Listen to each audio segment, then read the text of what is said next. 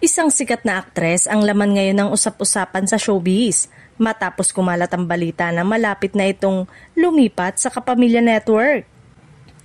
Ayon sa mga malalapit sa source, hindi na raw maitago ng aktres ang kanyang excitement sa panibagong yugto ng kanyang karir, lalo na't matagal na rin niyang pangarap na makatrabaho ang ilan sa pinakamalalaking pangalan sa ABS-CBN. Matagal na raw pinag-iisipan ng aktres ang desisyong ito sa kabila ng kanyang matagumpay na karera sa kanyang kasalukuyang network. Naniniwala raw siya na mas ma-i-explore pa niya ang kanyang kakayanan sa pag-arte sa Kapamilya dahil kilala ang ABS-CBN sa paggawa ng mga dekalidad na teleserye at makabuluhang proyekto.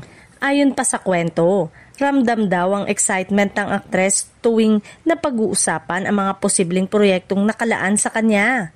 Ilan sa mga nababanggit ay teleseryeng drama, romance at maging action, mga genre na gusto niyang subukan para mas maipakita ang range niya bilang performer. Sa ngayon, hinihintay na lamang ang official announcement mula sa management na tila kumpirmado na ang paglipat ng aktres at kung mangyari ito, paniguradong isa na naman itong malaking dagdag sa linya ng powerhouse stars ng ABS-CBN sa 2026.